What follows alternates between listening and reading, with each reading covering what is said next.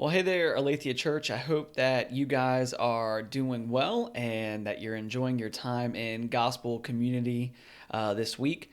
I just want to spend a few seconds, probably minutes, recapping my sermon from this past Sunday, which I entitled Leaders and the Glory of God. And one of the things I started off by saying was just that what we see here in 1 Timothy chapter 3 are the qualifications of what leaders and pastors are supposed to look like inside of God's church. I talked about how there's really three things that we see inside of these first 7 verses of 1 Timothy 3, and that's that we see the character of leaders, we see the household of a leader and what the household is supposed to look like, and then we see the reputation that the leader is supposed to have both inside and outside of the church. And so I spent some time talking about how the terms elder and overseer and pastor are all terms that are often used interchangeably throughout Scripture. And so oftentimes people get confused thinking that those are different offices, but really in reality, according to Scripture, those words can be used interchangeably to describe the same position. And that position is supposed to be marked by servant leadership, following the example that Jesus has laid out for us as a servant leader.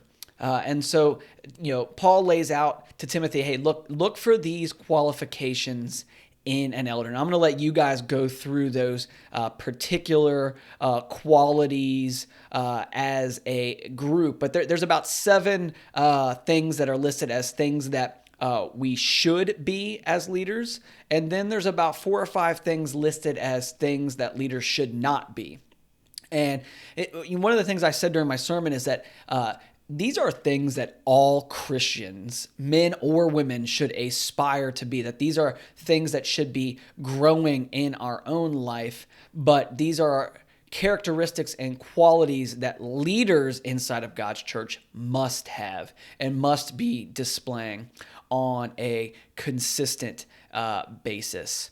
And so then we moved on to the household of a leader and what the house was supposed to look like. And one of the things we see is that a pastor or an elder or an overseer must manage his own household well.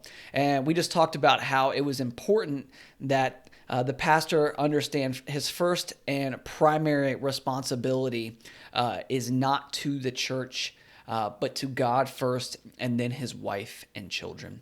And that leaders are called to lead their household with love, with grace, with dignity, with honor, pointing their wife and their children to Jesus, teaching their children to be submissive, and we went into some depth about that on Sunday. But it's not that they necessarily need to be Christians or professing Christians, but that they need to be taught the truths of who Christ is, and in that also be taught the importance and the value of respect.